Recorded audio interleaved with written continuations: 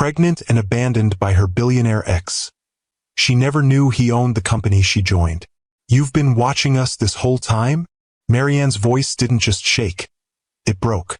She looked down at the photo album in her hands, at a picture of her son's first steps. A picture she hadn't taken. A moment she thought she'd experienced alone. She looked up at Jackson Westfield, billionaire CEO, and the man who had vanished the day she told him she was pregnant. He was no longer the man she had once loved. He was a ghost who had been watching her struggle from the safety of his billion-dollar empire. Have you ever discovered the person who broke your heart has been secretly watching your life from the shadows? What would you do if the man who abandoned you during pregnancy was suddenly your boss, holding your financial future in the same hands that once pushed you away? When betrayal and opportunity collide, how do you choose between protecting your heart and securing your child's future? Stay with me to discover how one woman turned her greatest heartbreak into her most powerful comeback, and the unexpected choice she made that changed everything. Hey, my queens.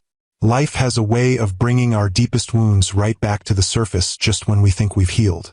That moment when your past and present collide can feel like the ground is crumbling beneath your feet. I see you, the woman who rebuilt herself from ashes, who turned pain into purpose, who created something beautiful from betrayal. Today's story is for every sister who's had to face her heartbreak in the boardroom, who's had to choose between pride and practicality, who's wondered if forgiveness means forgetting. Remember this: your strength isn't measured by never falling, but by how magnificently you rise after each fall. Your scars tell a story of survival that no one can rewrite, not even those who caused them. Marianne Blackwood smoothed her burgundy blazer as she walked through the gleaming atrium of Meridian Innovations headquarters.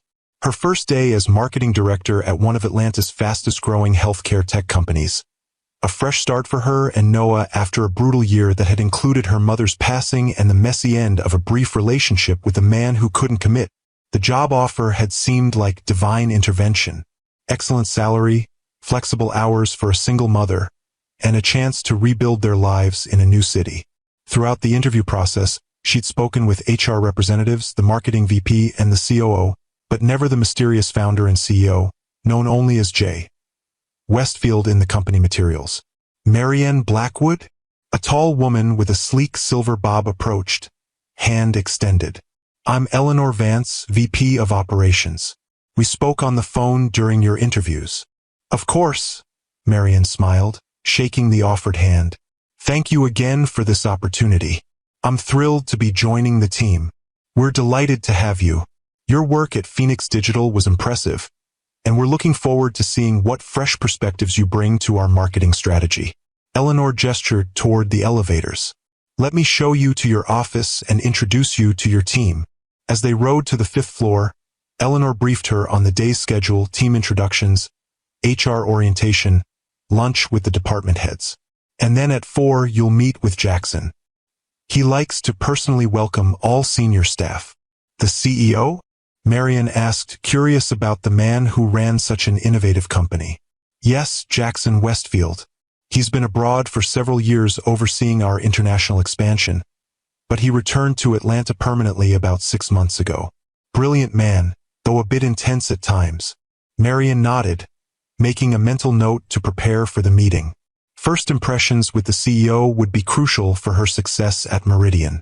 The morning passed in a blur of new faces, paperwork, and information. Marianne's marketing team seemed competent and welcoming, if a bit too reliant on strategies that had worked in the past.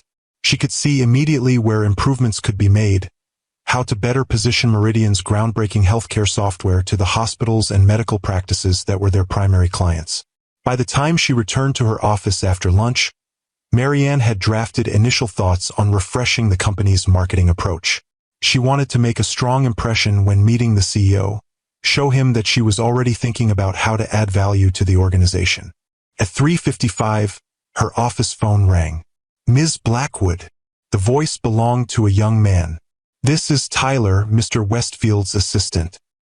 He's ready for you now, if you'd like to come up to the 8th floor." "I'll be right there," Marianne said, gathering her tablet with her notes. In the elevator, she checked her reflection in the polished metal doors, smoothing a stray strand of chestnut hair back into her sophisticated bob. The woman who looked back at her was poised, professional, ready to impress her new boss. The 8th floor was quieter than the bustling marketing department below. Tyler, a fresh-faced young man with kind eyes, greeted her as the elevator doors opened. "Ms. Blackwood, welcome to Meridian. Mr. Westfield is expecting you. Right this way, please."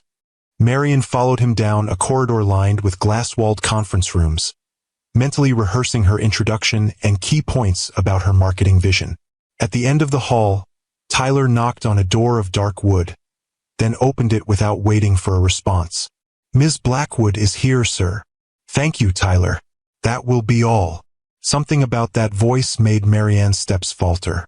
A voice she hadn't heard in 4 years but would recognize anywhere. Couldn't be. Tyler stepped aside, and Marian walked into the office, her carefully prepared introduction dying on her lips as she saw the man standing behind the massive desk of reclaimed wood. Jackson Westfield, the man who had walked away from her and their unborn child 4 years ago to pursue his career abroad. The man who had promised to return after a year, whose calls and video chats had grown less frequent until they stopped altogether. The man whose son now asked why he didn't have a daddy like other kids. For years collapsed into nothing as she stared at him, unable to process the reality before her. He was still unfairly handsome, though his once jet-black hair now showed distinguished touches of silver at the temples. The boyish charm had matured into something more solid, more grounded. But his eyes, those remarkable eyes that shifted between gray and blue depending on the light, were exactly as she remembered, and right now they held no surprise at seeing her. "Marianne," he said, coming around the desk but stopping several feet away, as if uncertain of his welcome. "It's good to see you." The casual greeting, as if they were old friends who had simply lost touch, ignited a spark of anger in her chest. "You knew," she said, the realization dawning. "You knew I was applying for this job." Jackson had the grace to look slightly abashed. "Yes. How long?" When he hesitated, she pressed, "How long have you been keeping tabs on me, Jackson?" He gestured to the seating area by the windows, away from the formality of his desk. "Please sit. We have a lot to talk about." Marian remained standing. "Answer the question."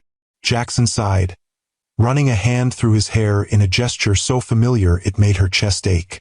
"I never lost track of you, Marianne. Not completely." "What does that mean?" "It means that even when I was in Singapore, then Tokyo, then Seoul, I made sure you were okay. That you had what you needed." The implication of his words hit her like a physical blow. The anonymous donation to my mother's medical fund when she got sick. The scholarship that covered my MBA program when I couldn't afford the tuition. That was you. Jackson nodded, his expression unreadable. "Among other things." Marian felt dizzy with anger and confusion. "So what, you've been playing some kind of secret benefactor all these years? Watching from afar while I struggled to raise our son alone." "I wanted to come back," Jackson said, his voice low and intense. "So many times, I almost booked a flight. But every time I thought about it, I remembered how I'd left, what I'd said. I convinced myself you were better off without me, that Noah was better off without a father who had chosen his career over his family." "Noah," Marian repeated, a new realization dawning. "You know his name." "I know a lot more than his name, Marianne." Jackson moved to his desk, opening a drawer and pulling out what appeared to be a photo album. He hesitated, then held it out to her. "I know he loves dinosaurs and superhero stories. I know he's allergic to strawberries but loves blueberries. I know he started talking early but was cautious about walking. I know he has your laugh and my eyes." With trembling hands, Marian took the album and opened it. Inside were photographs, dozens of them, chronicling Noah's life from infancy to recent months. Noah in a hospital bassinet, just hours old. Noah taking his first steps in her mother's backyard. Noah on his first day of preschool in Chicago, his backpack almost as big as he was. "How did you get these?" she whispered, horrified and fascinated in equal measure. "Some from social media, yours, your friends. Some from the reports." "Reports?" Marian looked up sharply. "What reports?" Jackson at least had the decency to look uncomfortable. I hired someone to check in periodically, make sure you both were safe, had what you needed. You had us followed? The violation of it made her feel physically ill. Not followed, just monitored. From a distance. That's not better, Jackson. Marian slammed the album shut, thrusting it back at him. You had no right to spy on us, to insert yourself into our lives without my knowledge or consent. If you've ever had your past come back to haunt you, hit that like button and share in the comments. The confrontation in Jackson's office faded as Marianne's mind pulled her back to where it all began, to a snowy April evening in Chicago 4 years earlier, when 2 pink lines on a pregnancy test had changed everything. She'd been standing in her tiny apartment bathroom, watching the second line appear with a clarity that seemed to crystallize her entire world. She and Jackson had been together for just over a year, a whirlwind romance that had begun when she'd spilled coffee on his custom suit at the cafe where she worked part-time while finishing her marketing degree. Instead of being angry, he'd laughed, asked for her number, and taken her to dinner at a restaurant so expensive she'd had to Google the silverware placement beforehand. Jackson Westfield wasn't just wealthy. He was brilliant, driven, and unexpectedly kind. The son of a ruthless business magnate, he'd broken away to start his own company, Meridian Innovations, with a vision of healthcare technology that could genuinely improve lives. Marian had fallen for his passion as much as his charm, for the way his eyes lit up when he talked about making a difference, for how he listened to her ideas as if they mattered. That night, she'd waited until after dinner to tell him, her hands trembling as she placed the test on the coffee table between them. I'm pregnant, she said simply, watching his face for a reaction. Jackson had gone very still, his eyes fixed on the plastic stick. You're sure? 3 tests, all positive. He'd risen from the couch, pacing to the window that overlooked the city lights. For long minutes, he said nothing, and Marian felt her heart constricting with each passing second. Jackson? She finally prompted, her voice small. When he turned back to her, his expression was unreadable. This is unexpected. I know it's not what we planned, she said carefully. But I just got the call yesterday, he interrupted. The Singapore expansion. The board approved it. Marian blinked, trying to follow the abrupt change in topic. That's great. Isn't it what you wanted? They want me to lead it personally, to be on the ground there for at least a year, maybe longer. The implications settled over her like a cold fog. When would you leave? 3 weeks. 3 weeks, she repeated numbly. And what about this? She gestured to the test. Jackson ran a hand through his hair, that familiar gesture that had once made her heart flutter but now filled her with dread. We can make it work long distance. It's only for a year. By the time I get back, the baby will still be small, and we can figure things out then. Figure things out? Marian echoed, disbelief coloring her voice. Jackson, this isn't a business problem to solve later. This is our child. I know that, he said, a flash of irritation crossing his face. But this expansion is everything I've been working toward. It's the difference between Meridian being a promising startup and a global healthcare leader. And that's more important than being here? Than us? It's not about importance, Jackson insisted, coming to sit beside her again. It's about timing. This opportunity won't come again. The baby will still be here when I get back. Marian felt something cold and hard forming in her chest. And what if I need you before then? What if there are complications? What if I just want the father of my child to be present during my pregnancy? We'll video chat every day, he promised, taking her hands. I'll fly back for important appointments. It's not ideal, but it's just temporary. But even as he spoke, Marian could see it in his eyes, the way they kept drifting to the middle distance, already planning, already moving on to the next challenge. She'd seen that look before when he talked about his company, his vision. She'd always admired his focus, his drive. Now, for the first time, she feared it. What if it's not temporary? She asked quietly. What if 1 year becomes 2? What if there's always another expansion? Another opportunity too good to pass up. Jackson's expression hardened slightly. What are you asking me to do, Marianne? Turn down the opportunity I've been working toward my entire career? The board unanimously approved me to lead this. Do you understand what that means? I'm asking you to be a father, she said simply. To be here. I can be both, he insisted.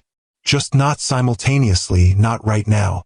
The conversation had circled for hours, growing increasingly tense until Marianne, exhausted and heartbroken, had finally asked him to leave. Think about what you really want, she told him. Because I need to know if I'm doing this alone. 3 days later, he'd returned with a compromise. He would go to Singapore as planned, but only for 6 months instead of a year. They would make decisions together about the baby via video calls. He would send money, support her financially, fly back for the birth. It had seemed reasonable on the surface. Marianne had wanted to believe him, wanted to believe in them. But something in her gut had whispered that once he left, the distance would become more than physical. She'd been right. The silence in the CEO's office was heavy, broken only by the hum of the city 80 stories below. Marianne's hand still stung from slamming the photo album onto the reclaimed wood desk. I know, Jackson said, taking the album and setting it carefully on his desk. I know it was wrong, but I couldn't just cut you both out of my life completely. And after a while it became a habit. A connection to the life I should have been brave enough to choose. Marianne paced to the window, needing distance from him, from the intensity of his gaze and the implications of his words. Outside, Atlanta sprawled beneath a clear blue sky, oblivious to the emotional storm raging in this quiet office. Why now? She asked finally, not turning around. Why bring me into your company now, after all this time? She heard him move closer, stopping a few feet behind her. Because I'm done hiding, done watching from a distance. I came back to Atlanta 6 months ago, after my father died. I'm not answerable to him anymore, not bound by his threats. Threats? Marianne turned to face him, confusion mingling with her anger. Jackson's expression darkened. When my father found out about you, about us, he made it very clear what would happen if I didn't end things. He threatened to devalue the company's stock and tie the estate up in litigation for decades if I distracted the brand with what he called a middle-class scandal during our international expansion. A middle-class scandal, Marianne repeated, the words bitter on her tongue. That's what I was to him? What our child would have been. My father was a cruel, controlling man who saw people as assets or liabilities. Nothing more, Jackson said, his voice tight with old anger. The company was everything to him, his legacy, his immortality. He would have destroyed it rather than let me run it my way. So you chose the company over us? Marianne said flatly. I thought I could have both, Jackson admitted. I believed if I went abroad, proved myself with the expansion, I could come back stronger, strong enough to stand up to him, to protect you and our child from his interference. But once I was away, he shook his head. The distance made it easier to be a coward. To tell myself I was doing the right thing by staying away, by not dragging you into my family's toxic legacy. Your father has been dead 6 months, Marianne pointed out, and you're only reaching out now? What about the 3.5 years before that? What about when Noah was born, when he was learning to walk and talk, when he was asking why other kids had daddies and he didn't? I was afraid, Jackson said simply. Afraid you'd never forgive me. Afraid I'd be a terrible father. Afraid of the mess I'd made by leaving in the first place. And yes, afraid of my father's retaliation if I defied him. He had ways of finding out everything, controlling everything. So instead of facing that fear, you what? Decided to manipulate me into working for you? Thought you could ease your way back into our lives through my career. I didn't manipulate anything, Jackson protested. Your resume came across my desk through normal channels. When I saw your name, I knew it was a sign, a chance to make things right. Make things right, Marianne repeated, a bitter laugh escaping her. Do you have any idea what these 4 years have been like? The nights I spent wondering if you were ever coming back. The times I had to explain to Noah why his father wasn't at his birthday parties. The looks of pity from other mothers at playgroup. "I'm sorry," Jackson said, and for the first time, Marian saw genuine anguish in his eyes. "I know those words aren't enough. Nothing could be enough. But I am sorry, Marianne. More than you can possibly know." The sincerity in his voice made something crack inside her. A hairline fracture in the protective shell she'd built around her heart. "I need to go," she said abruptly. "I need to pick up Noah from school." "Of course." Jackson stepped back, giving her space. "But Marianne, please don't quit. The job is yours, regardless of our history. You earned it on your own merits." She almost laughed at the absurdity of it. "You expect me to work for you? After everything? I expect you to do what's best for you and Noah," Jackson said quietly. "This position comes with excellent benefits, flexible hours, and a salary that's 20% higher than your last job. You'd be a fool to walk away from it because of me." The pragmatic part of her, the part that had learned to make hard choices as a single mother, knew he was right. The job was perfect, the kind of opportunity that came along rarely, if ever. Walking away would be cutting off her nose to spite her face. "I'll think about it," she said finally. "That's all I can promise right now." Jackson nodded, relief evident in the slight relaxation of his shoulders. "That's fair. Take all the time you need." He hesitated, then added, "And Marianne? I'd like to meet him. When you're ready. If you're ever ready." The simple request, spoken with such tentative hope, caught her off guard. For 4 years, she had imagined this moment. Confronting Jackson, making him understand what he had thrown away. In her imagination, she had been coldly triumphant, showing him the wonderful child he had abandoned, the strong woman she had become without him. The reality was messier, more complicated. The man before her wasn't the ambitious, somewhat selfish young entrepreneur who had left her. He was older, more grounded, his eyes carrying a weight of regret she hadn't anticipated. "I don't know," she said honestly. He's sensitive, thoughtful. He feels things deeply. I won't let him be hurt." "I would never hurt him," Jackson said, his voice rough with emotion. "He's my son. Biology doesn't make you a father, Jackson. Presence does. Choices do. Then let me make better choices now," he pleaded. "Let me be present now." Marian gathered her composure, straightening her shoulders. "I need to go. We'll continue this discussion another time." As she turned to leave, Jackson called after her, "Marianne." She paused, hand on the doorknob. "Thank you," he said simply, "for raising our son. For being everything I should have been but wasn't." She didn't turn around, couldn't bear to see the emotion she heard in his voice. Without responding, she opened the door and walked out, her mind a whirlwind of conflicting emotions. Have you ever had to choose between your heart and your head? Comment below with your experience. The preschool was a cheerful building with a playground visible from the parking lot. As Marian pulled in, she could see groups of children playing under the watchful eyes of teachers. She scanned the yard anxiously, finally spotting Noah on the swings, his dark curls unmistakable even from a distance. For a moment, she simply sat in her car, watching her son, their son, as he pumped his legs, trying to go higher. He was so beautiful, so perfect. Every day with him was a gift, even the hard ones. How could Jackson have walked away from this?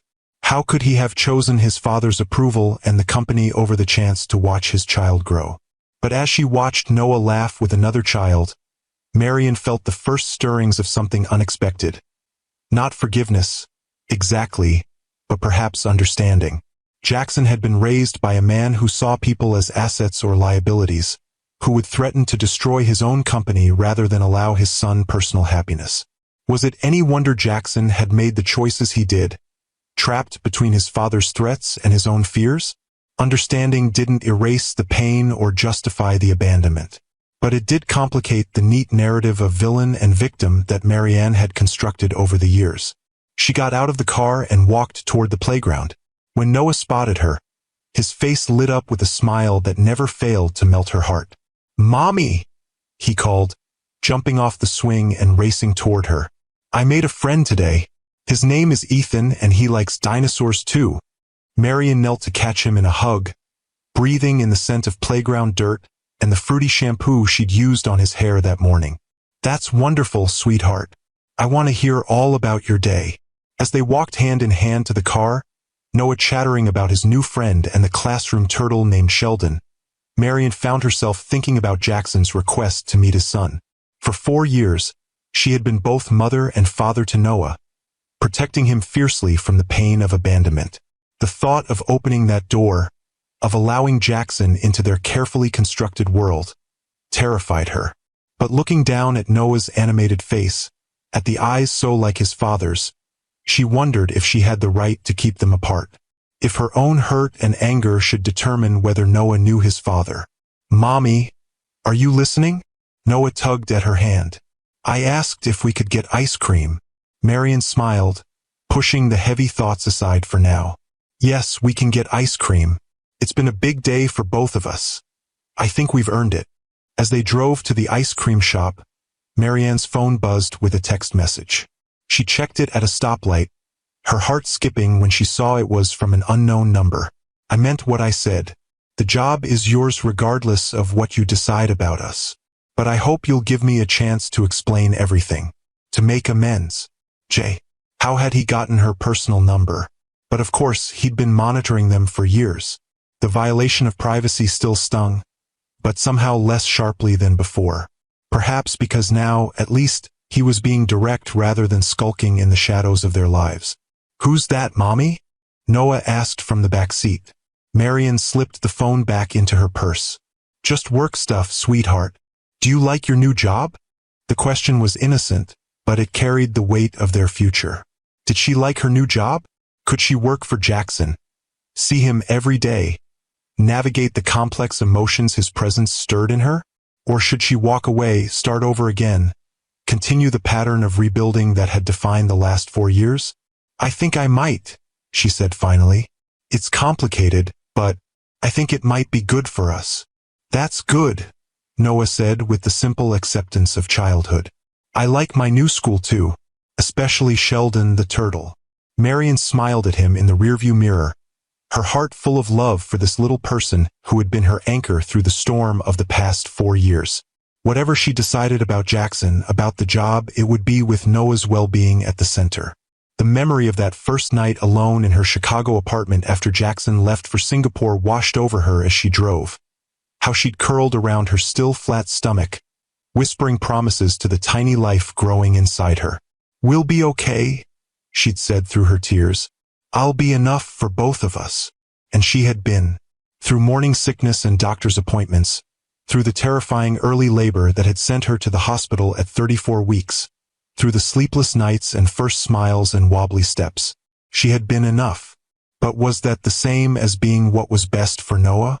The question haunted her as they sat in the ice cream shop, Noah happily demolishing a scoop of chocolate chip while telling her more about his day. It followed her home, through dinner and bath time and the bedtime story about a brave little dinosaur who saved his friends from a volcano. "Mommy," Noah asked as she tucked the covers around him, "will I meet my daddy someday?" The question, coming out of nowhere, stole her breath. "Why do you ask that, sweetheart?" Noah shrugged, his small fingers playing with the edge of his dinosaur-printed comforter. "Ethan said everyone has a daddy. He said maybe mine is lost and doesn't know where to find me." Marianne's heart constricted. She'd always been honest with Noah about his father, in age-appropriate ways.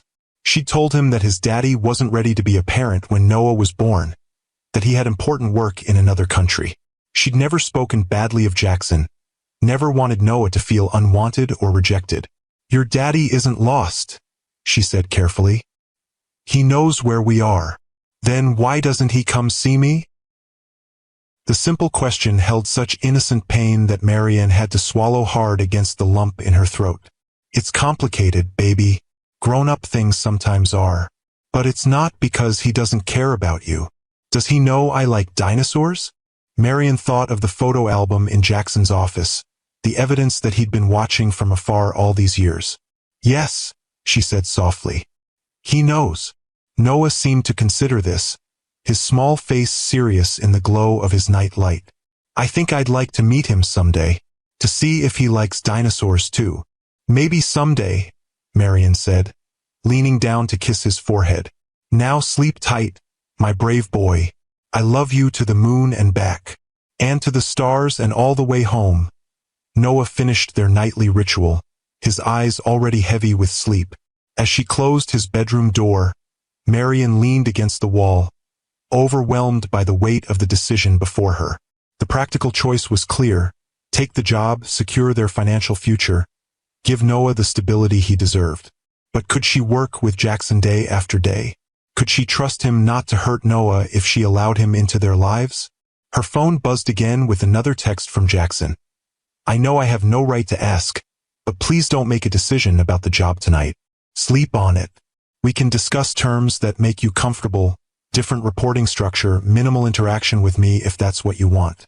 Just please don't walk away because of our past. Marian stared at the message, feeling the walls she'd built around her heart trembling.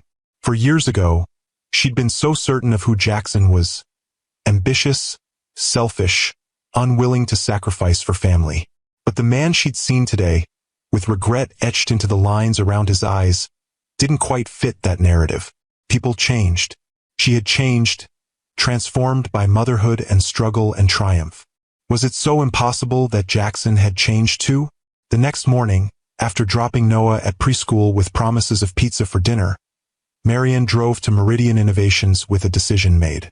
She would take the job, but on her terms. She would establish clear boundaries, both professional and personal. She would be cordial but distant with Jackson, and she would take her time deciding whether to allow him to meet Noah. Eleanor Vance met her in the lobby, relief evident on her face. I'm so glad you came back. Jackson told me there might be some complications with your employment. There are, Marian said frankly, but I believe we can work through them professionally. Eleanor studied her with shrewd eyes. You know him from before. It wasn't a question, but Marian nodded anyway. Yes, it was a long time ago. I won't pry, Eleanor said, leading her toward the elevators. But for what it's worth, he's not the same man he was when he left for Singapore 4 years ago. That experience changed him, humbled him, I think. And his father's death 6 months ago. Well, let's just say he's been doing a lot of soul-searching since then. Marian wasn't sure how to respond to this unexpected insight, so she simply nodded again.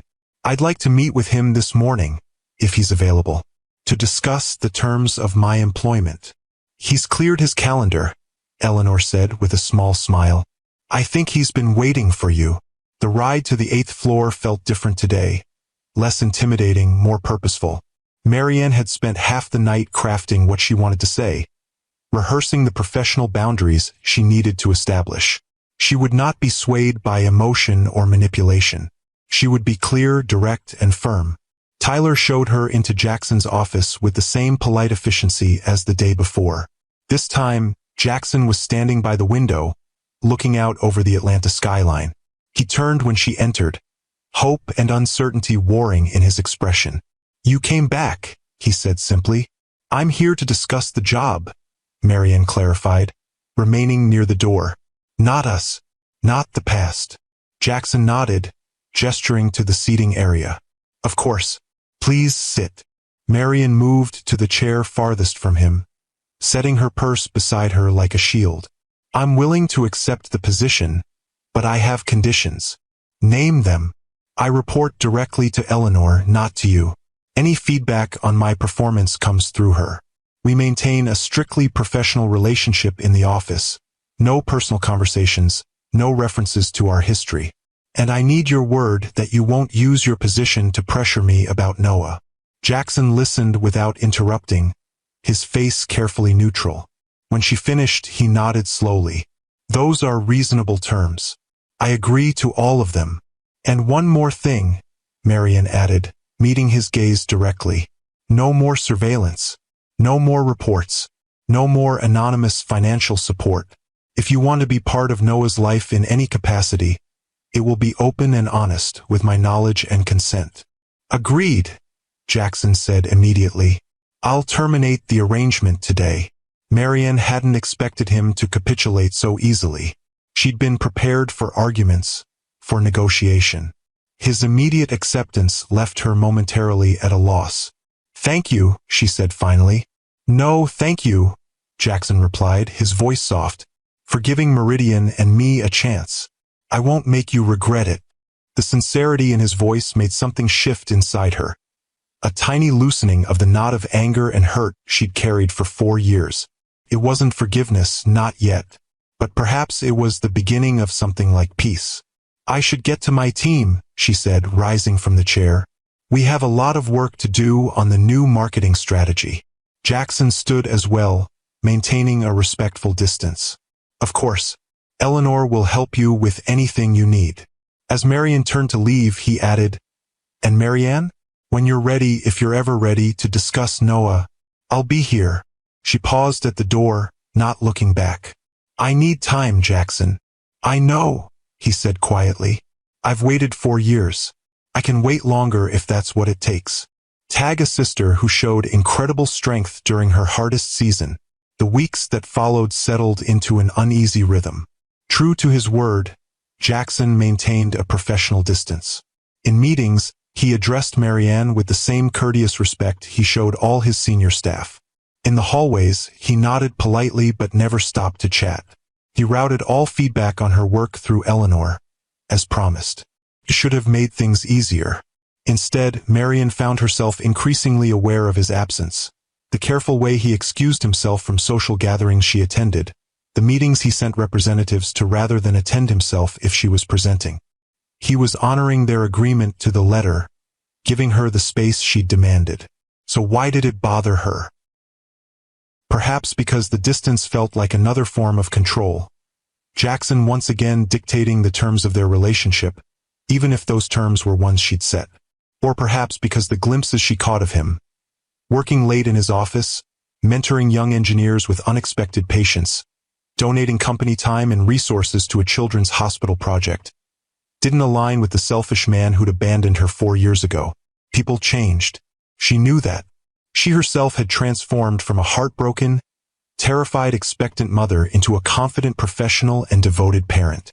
Was it so hard to believe Jackson had changed too? These thoughts circled in her mind one evening as she worked late, finalizing the presentation for a major healthcare client. Most of the office had emptied hours ago, but the soft glow of a light from down the hall told her she wasn't entirely alone. Curious, Marian walked toward it, surprised to find Jackson's office door ajar. He sat at his desk, tie loosened, sleeves rolled up, surrounded by stacks of papers. He looked exhausted, rubbing his eyes in a gesture that reminded her painfully of Noah when he was fighting sleep. She must have made some small sound, because Jackson looked up, startled to find her in his doorway. Marianne, he said, straightening. I didn't realize anyone was still here. I'm finalizing the Westlake presentation, she explained, hovering awkwardly at the threshold. It's easier to concentrate when the office is quiet. Jackson nodded, understanding in his eyes. Noah's with a sitter? My neighbor, Marianne confirmed. She's a retired teacher. Noah adores her. A small, sad smile touched Jackson's lips. That's good. That he has people who care about him. The moments stretched between them, heavy with unspoken words. Marianne knew she should leave, maintain the boundaries she'd established. But something kept her rooted to the spot. What are you working on? She asked instead, nodding toward the papers scattered across his desk. Jackson hesitated, as if surprised by her interest. The Children's Hospital Project. We're donating a customized version of our patient monitoring system, but there are some privacy concerns with the pediatric data that I'm trying to address. At 11 o'clock at night? He shrugged. The hospital board meets tomorrow. I promised them a solution. Marian found herself stepping into the office, drawn by the familiar intensity in his expression. The look he got when he was solving a problem that mattered to him. Maybe a fresh perspective would help? Jackson's surprise was evident, but he recovered quickly. I'd appreciate that, actually. Before she could reconsider, Marian found herself sitting across from him, reviewing the technical specifications and legal concerns.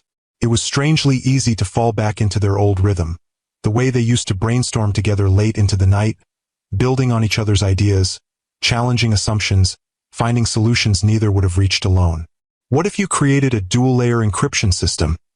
she suggested after they'd been working for nearly an hour. "One layer for the medical staff with full access, and a more limited layer for the research team that automatically anonymizes the data?"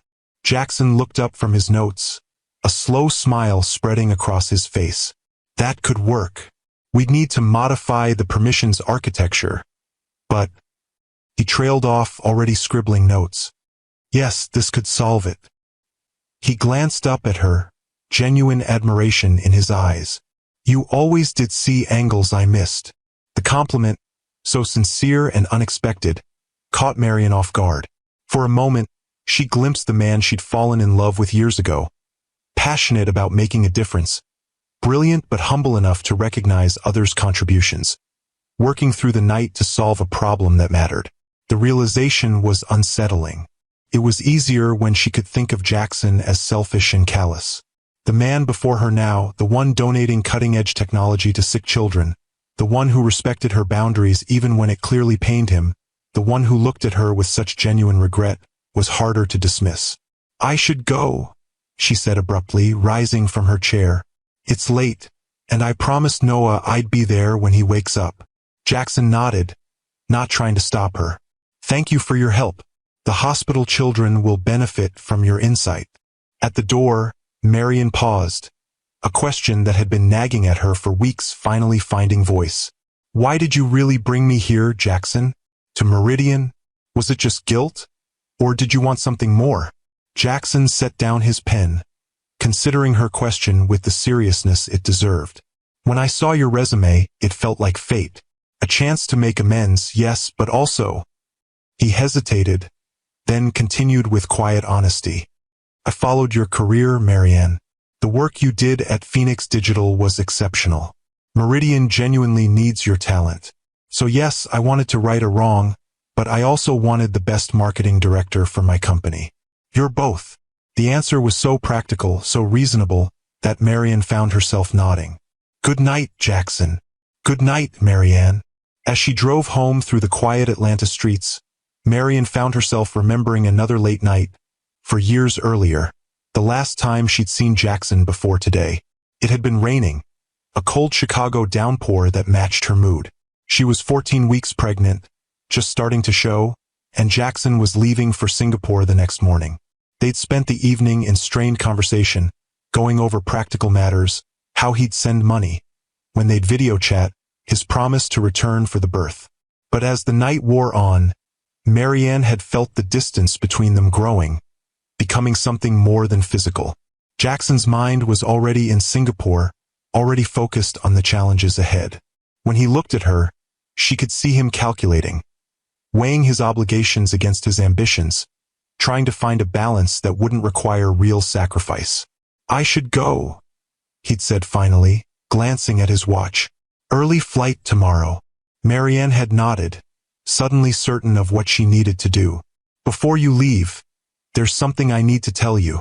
Jackson had paused, his coat half on. "What is it?" "I won't be here when you get back," she'd said quietly. "I'm moving back to Virginia, to be near my mother." "What?" Jackson had looked genuinely shocked. "Marianne, we talked about this. It's just for 6 months, maybe a year at most. There's no need to uproot your whole life." "There is, though," she'd replied, one hand resting protectively on her small bump. "Because I need to build a life that doesn't revolve around waiting for you to decide we're a priority.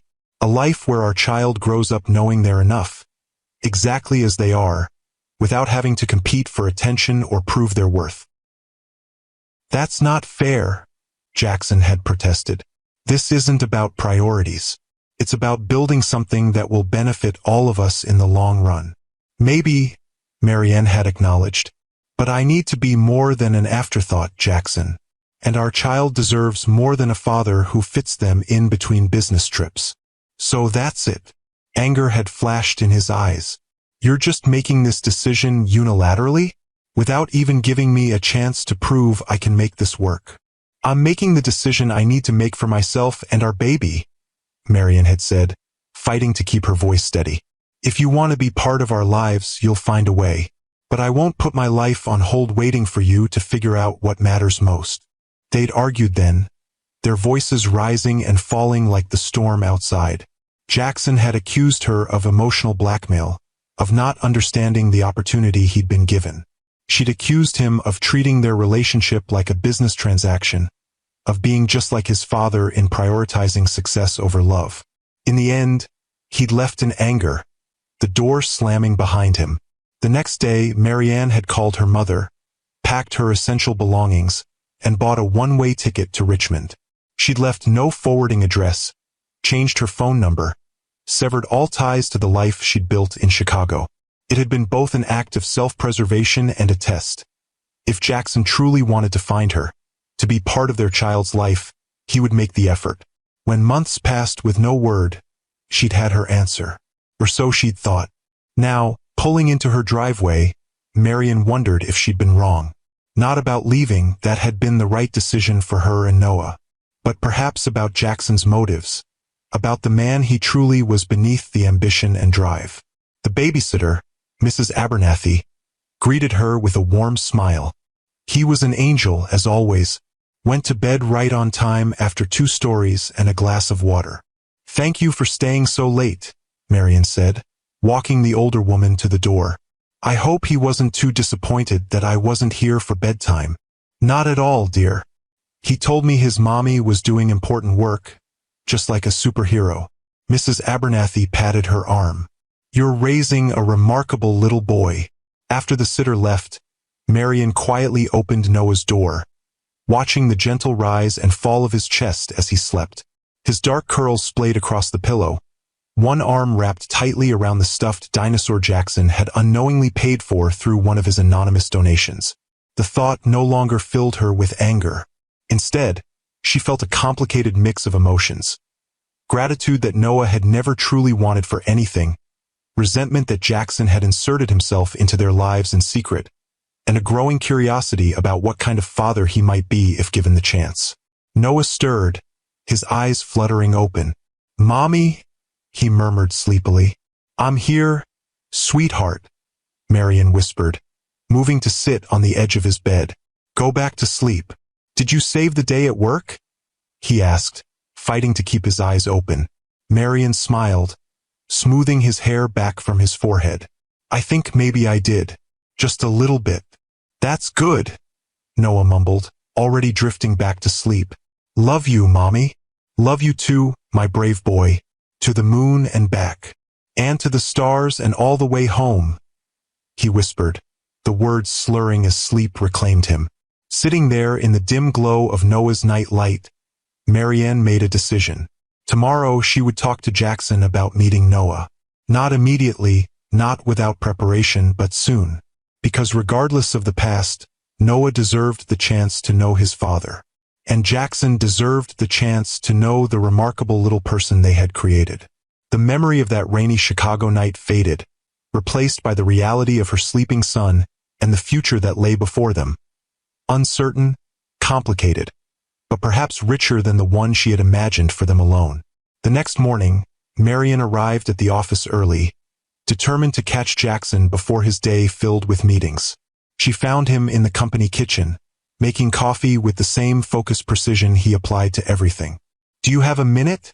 She asked, startling him slightly. Of course, he said, setting down the coffee pot. Is everything okay? I've been thinking, Marian began, then paused, gathering her courage. About Noah.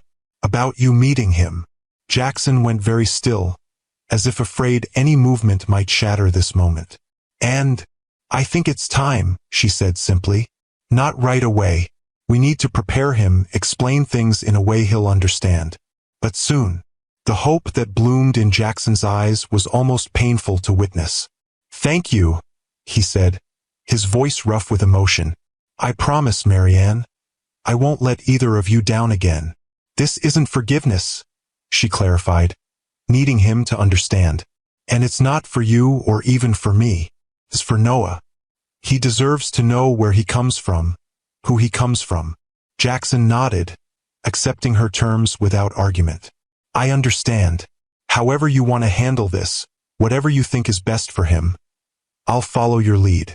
The simple deference, so unlike the Jackson who had argued with her that rainy night in Chicago, caught Marian off guard. Before she could respond, Eleanor appeared in the doorway. Sorry to interrupt, she said, glancing between them with barely concealed curiosity. But the Westlake team is here early. They're waiting in the main conference room. We'll be right there, Jackson assured her. When Eleanor had gone, he turned back to Marianne. We can continue this conversation later? Yes, she agreed. After work. As they walked together toward the conference room, Marian felt a strange sense of déjà vu, the two of them side by side heading into a meeting, just as they had countless times during their year together in Chicago. But this time, everything was different. This time, they carried 4 years of separation between them, a child who bound them together, and the tentative possibility of a new kind of relationship. Not the romance they'd once shared, but perhaps something equally meaningful. A partnership built on their shared love for Noah. The Westlake presentation was a success, Marianne's innovative marketing strategy complementing Jackson's technical expertise perfectly. As the clients filed out, clearly impressed, Eleanor pulled Marian aside. Whatever history you two have, she said quietly, it translates to exceptional professional chemistry. I haven't seen Jackson work that seamlessly with anyone since, well, ever. Marian didn't know how to respond to that observation, so she simply nodded and gathered her materials. As she headed back to her office, her phone buzzed with a text from Jackson. Dinner tonight?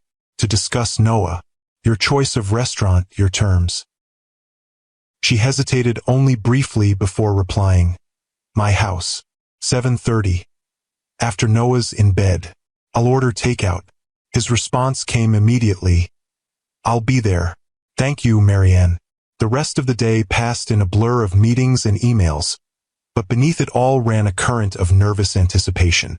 Tonight would mark a turning point, the beginning of whatever new reality they would create for Noah's sake. At home, Marian went through the evening routine with extra attention, savoring each moment with Noah, his excited recounting of preschool adventures, the way he carefully arranged his dinosaurs before bath time, his serious consideration of which pajamas would give him the best dreams. Mommy? He asked as she tucked him in. Can I ask you something important? Of course, sweetheart. Anything. Noah fidgeted with his comforter, a sign he was working up to something significant. Ethan said his daddy left when he was a baby, but then he came back when Ethan was bigger, and now they do fun things together on weekends. Marianne's heart skipped a beat. Is that so? Noah nodded solemnly. Do you think my daddy might come back someday too? When I'm bigger? The innocent question, asked with such hopeful vulnerability, brought tears to Marianne's eyes. How many times had she wondered if she was doing the right thing, keeping Noah and Jackson apart? How many times had she justified it as protection, when perhaps it had also been punishment, for Jackson's abandonment, for choosing career over family? Actually, she said carefully, I've been thinking about that. Would you like to meet your daddy? Noah's eyes widened. Is he back from his important work in the other country? Yes, Marian said, the simple truth easier than the complicated reality. He's back, and he'd very much like to meet you. Does he know I like dinosaurs? Marian smiled, remembering the photo album in Jackson's office.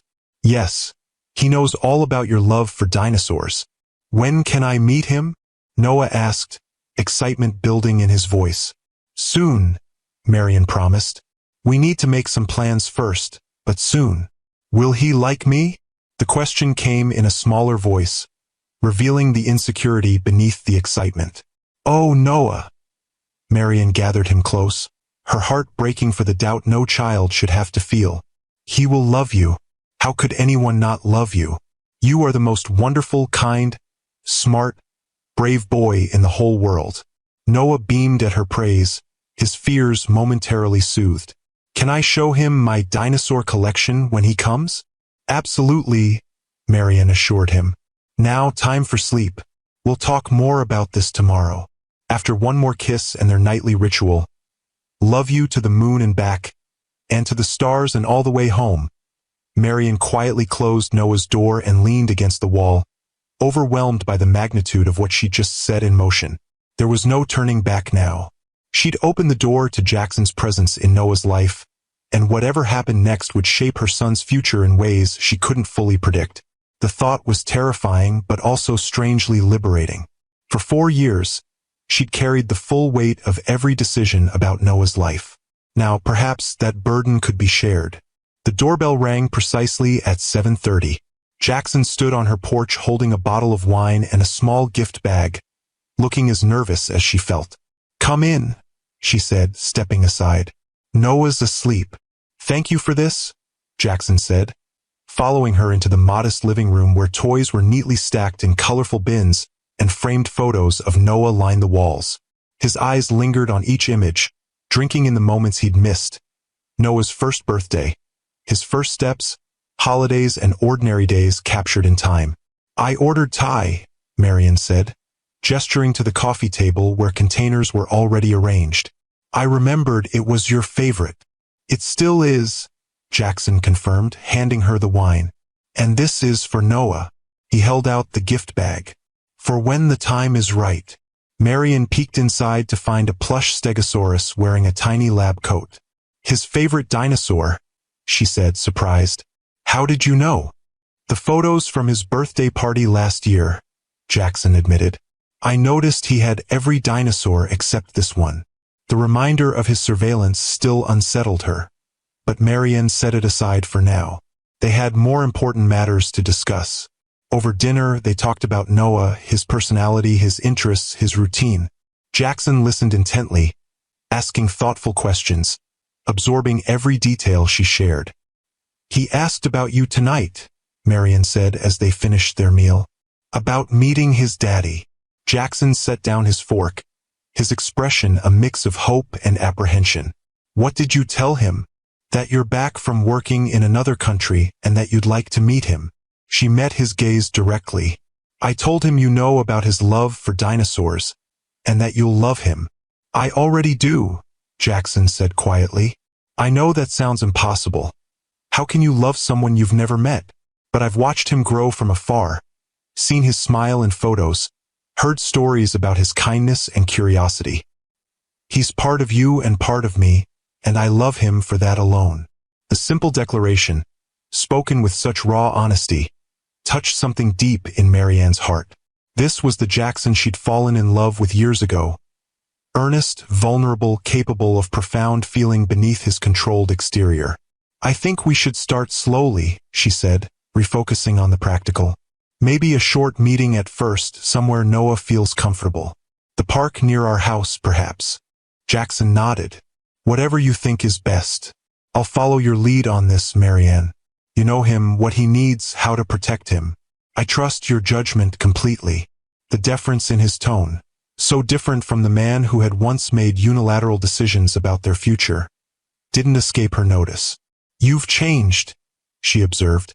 "Yes," Jackson agreed simply. "Losing you and Noah, even though I didn't fully understand what I was losing at the time, changed me. And then watching from a distance as you built this beautiful life without me." He shook his head. "It forced me to confront who I was, who I wanted to be." "And who is that?" Marian asked, genuinely curious. Jackson considered the question carefully. "Someone worthy of being Noah's father. Someone who puts people before profit, relationships before achievements. Someone who doesn't repeat my father's mistakes." He met her gaze. "I'm still working on it. But I'm trying, Marianne. Every day, I'm trying." The sincerity in his voice was unmistakable. Whatever else had changed in the past 4 years, Jackson's ability to speak his truth hadn't diminished. "Saturday," Marianne said after a moment. "The park at 10 a.m.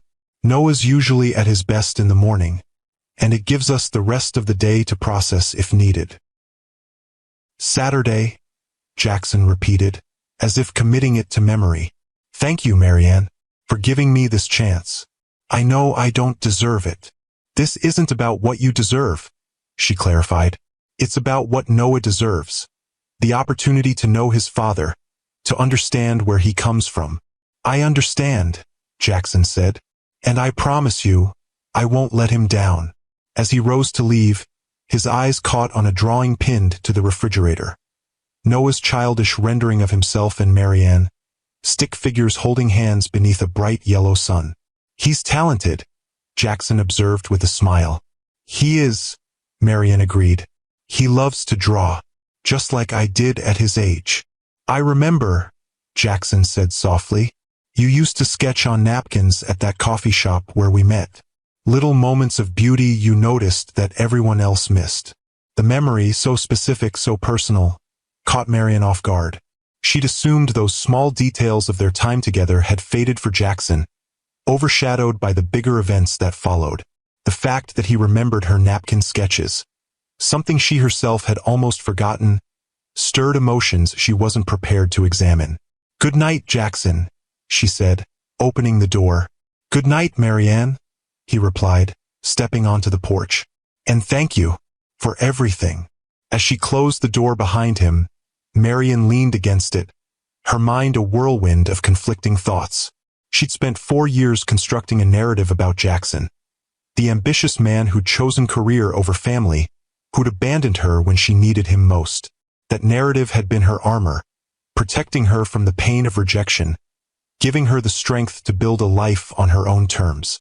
But the man who'd sat in her living room tonight, who'd listened with such intensity to stories about Noah, who'd remembered her napkin sketches from 5 years ago, that man didn't quite fit the villain she'd created in her mind.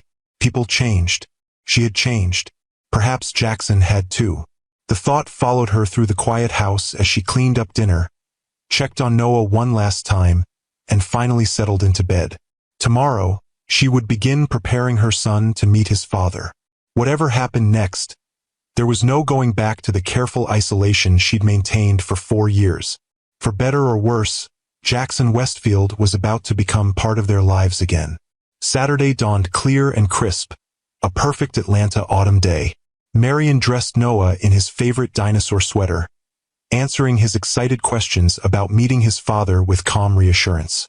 "Will he want to play with me?" Noah asked as they walked to the park, his small hand warm in hers. "I'm sure he will," Marianne said. "He's been looking forward to meeting you for a very long time." "As long as I've been looking forward to meeting him?" The innocent question pierced Marianne's heart. "Yes, sweetheart, just as long." They reached the park a few minutes early, finding a bench near the playground where they could watch for Jackson's arrival. Noah fidgeted beside her, alternating between excitement and nervousness, asking the same questions he'd been asking all morning. "What if he doesn't like me?" he whispered, his biggest fear finding voice once again. "Noah, look at me," Marianne said, kneeling in front of him. "You are the most wonderful little boy in the world. Your daddy will love you exactly as you are. I promise." Noah nodded solemnly, then his eyes widened as he looked past her. "Is that him?"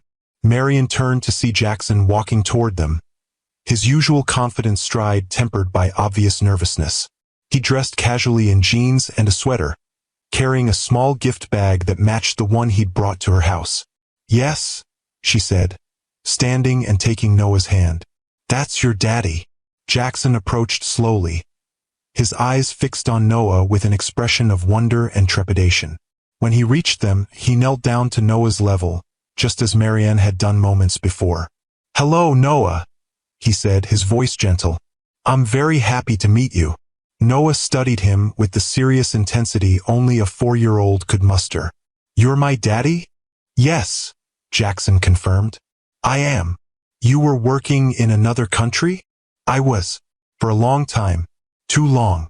Noah considered this. "Mommy said you know I like dinosaurs." A smile touched Jackson's lips. "I do know that. In fact," he held out the gift bag. "I brought you something." Noah looked to Marianne for permission, and at her nod, took the bag. His face lit up as he pulled out a book, the ultimate dinosaur encyclopedia for kids. "It has information about every dinosaur ever discovered," Jackson explained. "Even the newest ones that scientists just found last year." "Wow," Noah breathed, already flipping through the colorful pages. "Thank you." "You're welcome," Jackson said, the tension in his shoulders easing slightly at Noah's positive reaction. "I thought maybe we could read it together sometime, if that's okay with you and your mom." Noah looked up at Marianne, who nodded encouragingly. "Can we read it now?" he asked Jackson. "On that bench? And then can you push me on the swings?" "I'd like that very much," Jackson said, his voice thick with emotion. Marianne watched as they settled on the bench, Noah already pointing out his favorite dinosaurs, Jackson listening with genuine interest to each excited explanation. There was something surreal about seeing them together, the physical resemblance obvious now in the matching curve of their smiles, the identical way they tilted their heads when concentrating. For 4 years, she'd been the center of Noah's world, his only parent, his primary source of love and guidance.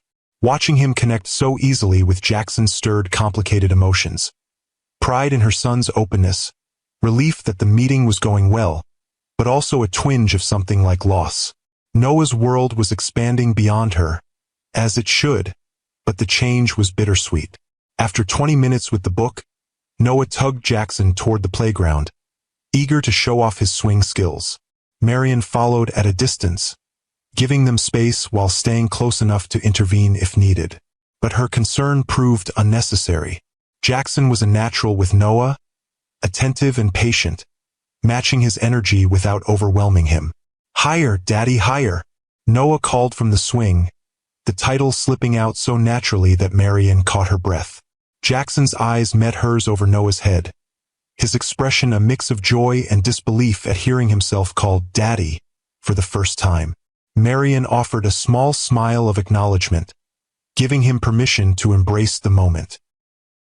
The morning stretched into early afternoon, Noah's initial shyness completely forgotten as he led Jackson from the swings to the slide to the climbing structure, chattering nonstop about dinosaurs, his friend Ethan, and his preschool's pet turtle. Jackson absorbed it all, asking questions that showed he was truly listening, responding with a warmth and patience Marianne had never seen in him before. Finally, when Noah's energy began to flag, Marianne suggested they head home for lunch. "Would you like to join us?" she asked Jackson, surprising herself with the invitation. "I'd love to," he said, clearly touched by the offer. As they walked back to the house, Noah between them, occasionally reaching for both their hands when crossing streets, Marianne felt a strange sense of rightness, as if the three of them walking together was the most natural thing in the world. It was an unsettling feeling, one she wasn't ready to examine too closely. At home, Noah insisted on showing Jackson his room, proudly displaying his dinosaur collection and the solar system mobile hanging from his ceiling. Jackson admired everything with genuine interest, asking questions that made Noah beam with pride. Over peanut butter and jelly sandwiches, cut into dinosaur shapes with cookie cutters, Noah asked the question Marianne had been dreading. "Are you going to live with us now, Daddy?" The innocent query hung in the air, loaded with implications neither adult was prepared to address. Jackson looked to Marianne, letting her take the lead. "No, sweetheart," she said gently. "Daddy has his own house, but he lives here in Atlanta now, so you'll be able to see him often. Like Ethan sees his daddy on weekends?" "Something like that," Marianne agreed. "We'll figure out all the details soon."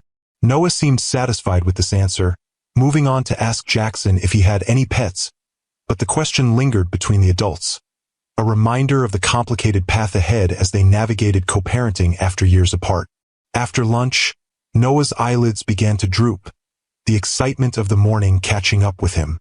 "I think it's nap time," Marianne said, recognizing the signs. "No nap," Noah protested weakly, even as he leaned against Jackson's leg.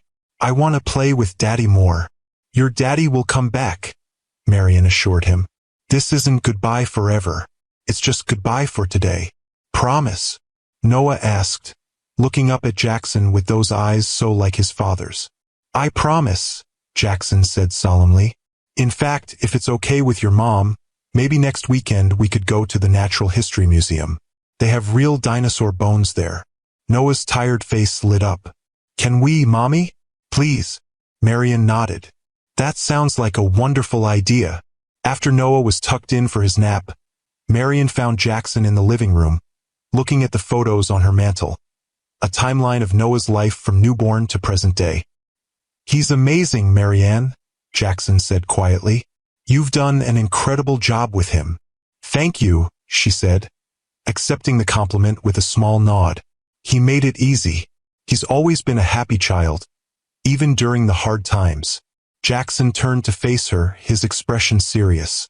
"I want you to know how grateful I am for today, for the chance to know him.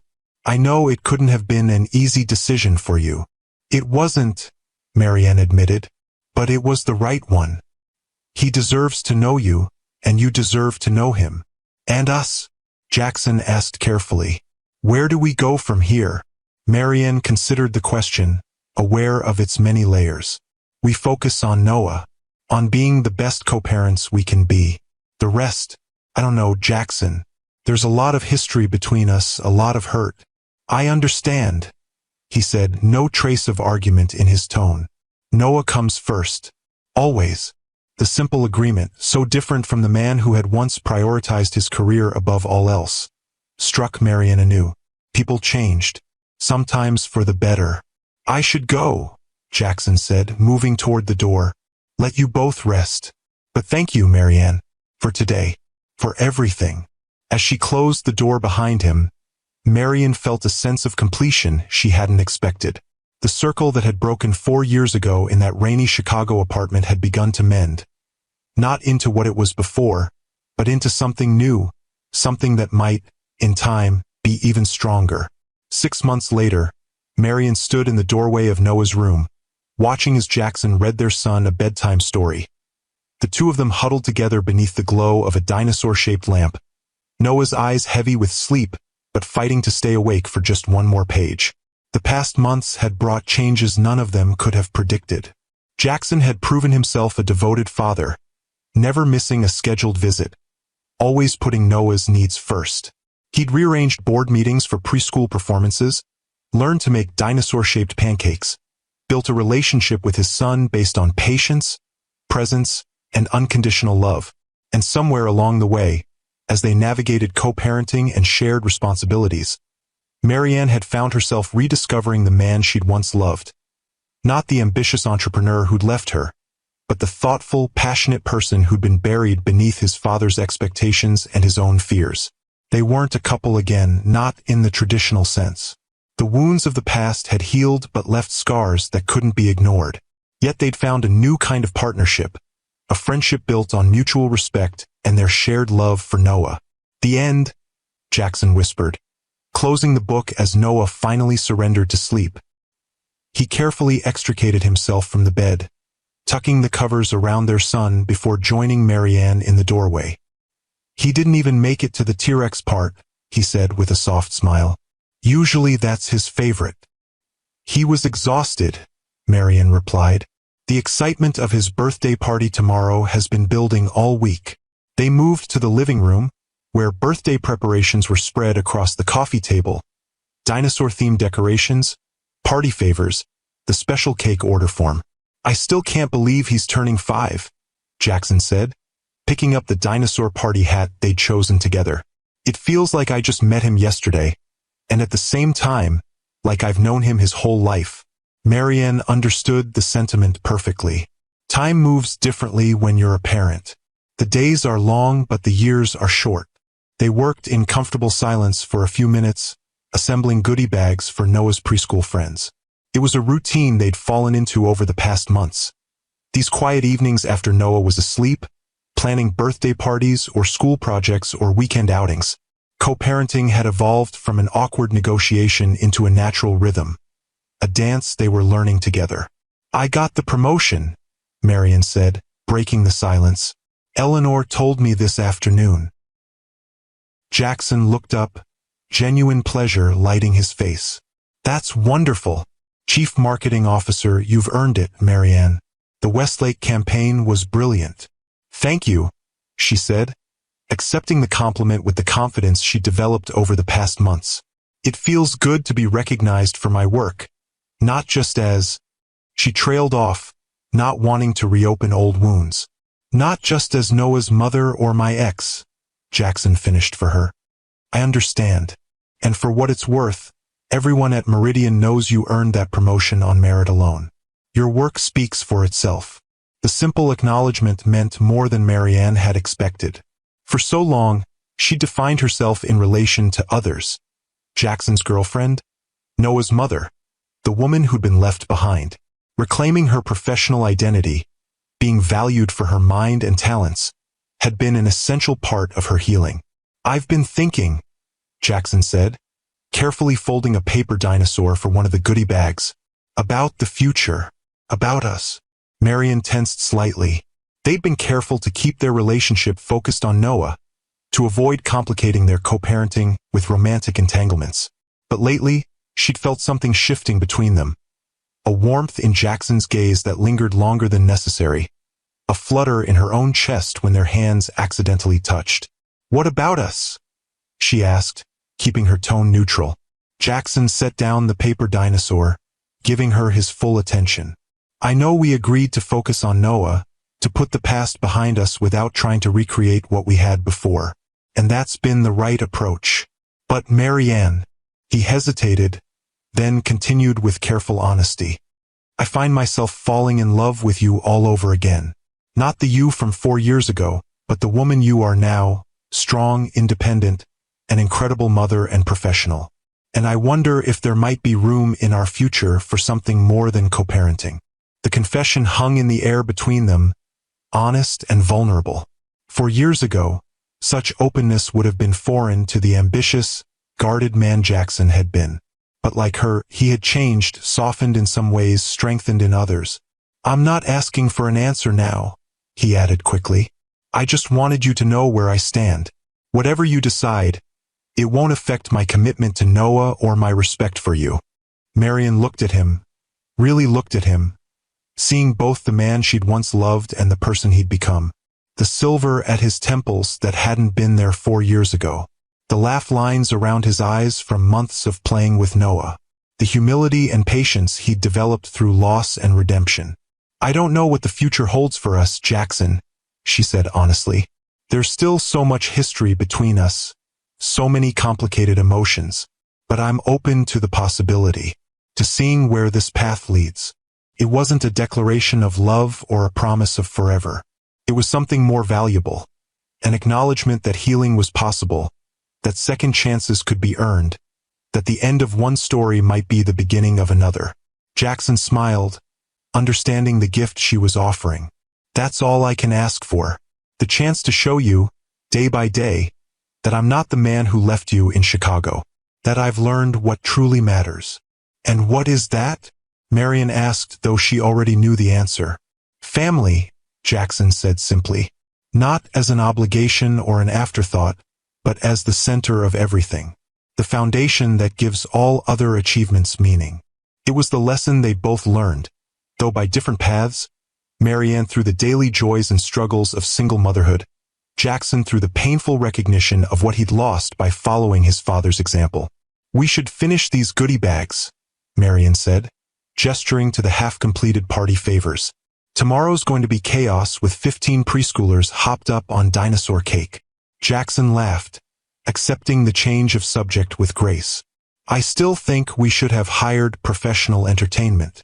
Noah specifically requested that his daddy be the one to lead the dinosaur hunt." Marian reminded him with a smile. "Apparently, you're the world's foremost expert on where dinosaurs hide in backyards."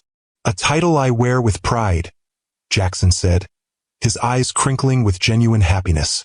As they returned to their preparations, working side by side in comfortable companionship, Marian felt a sense of peace she hadn't expected to find when she'd walked into Jackson's office 6 months ago. The journey from betrayal to forgiveness, from single parenthood to co-parenting, from anger to understanding, it hadn't been easy or straightforward. There had been setbacks and difficult conversations, moments of doubt and lingering hurt.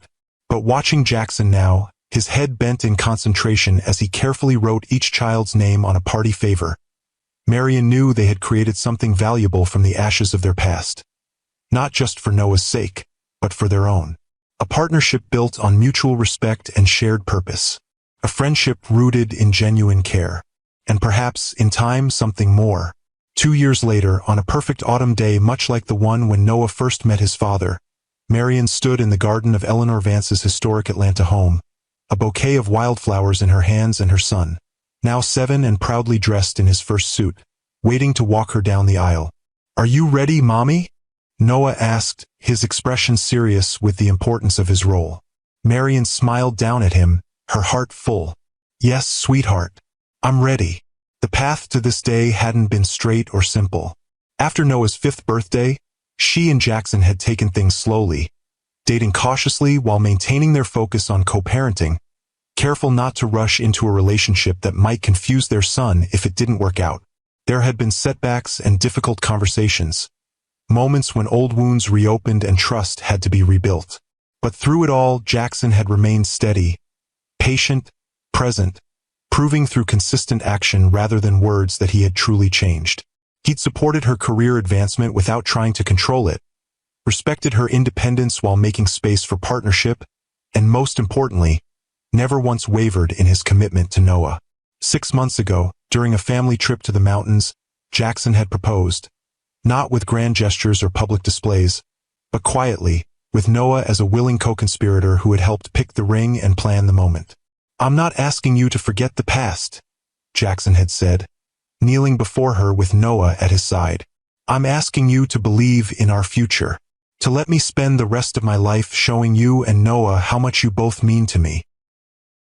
Now, as the music began and Noah tugged gently at her hand, Marian took a deep breath and stepped onto the petal-strewn path.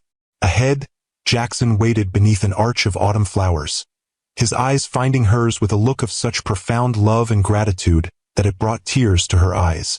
The small gathering of friends and family, including Mrs. Abernathy, who had become like a grandmother to Noah, and Eleanor, whose mentorship had helped Marian rise to executive leadership at Meridian, smiled as Noah proudly escorted his mother down the aisle, his small face solemn with the responsibility. When they reached Jackson, Noah placed Marianne's hand in his father's with a ceremonial flourish they'd practiced for weeks.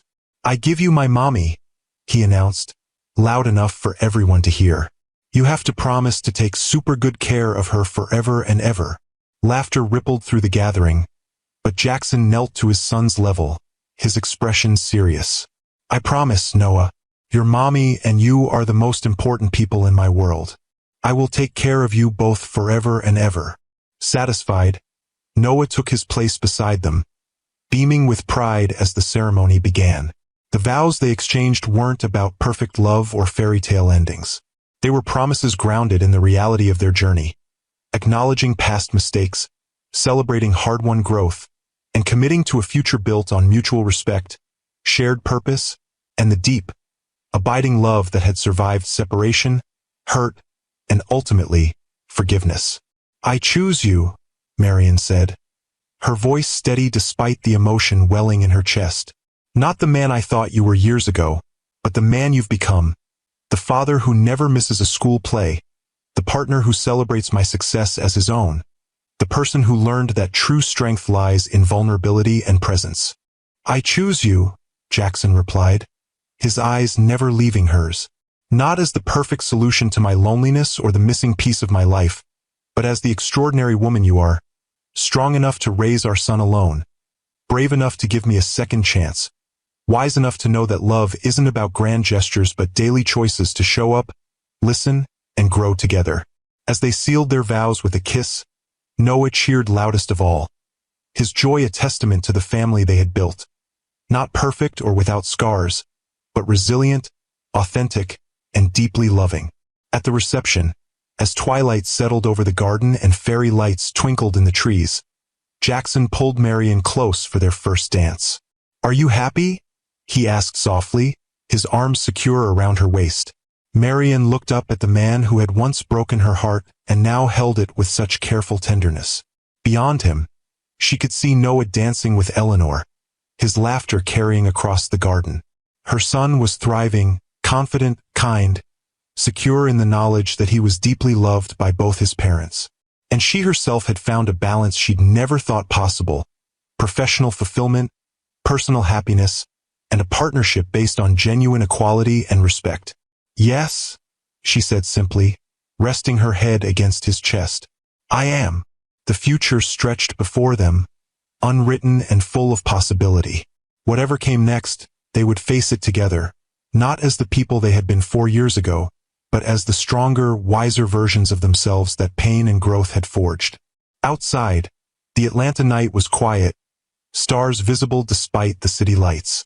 Inside the warmly lit garden, surrounded by those who had witnessed their journey, two people who had once lost each other celebrated finding their way back, not to what had been, but to what could be.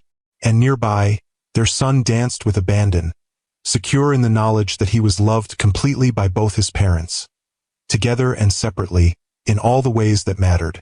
To the moon and back, Jackson whispered, echoing the promise they now both made to Noah each night.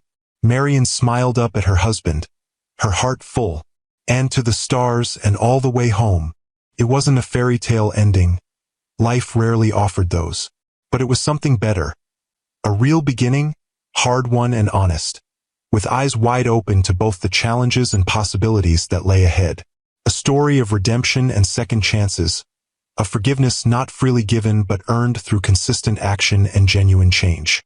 A story, Marian realized as she danced in her husband's arms with their son twirling nearby, that was still being written, its most beautiful chapters yet to come. If this story touched your heart, please like, share, and subscribe to Timeless Love Tales with Mr. Harrison for more stories of resilience and redemption. Remember, Queens, it's never too late for a new beginning. Sometimes the most beautiful chapters come after the hardest ones.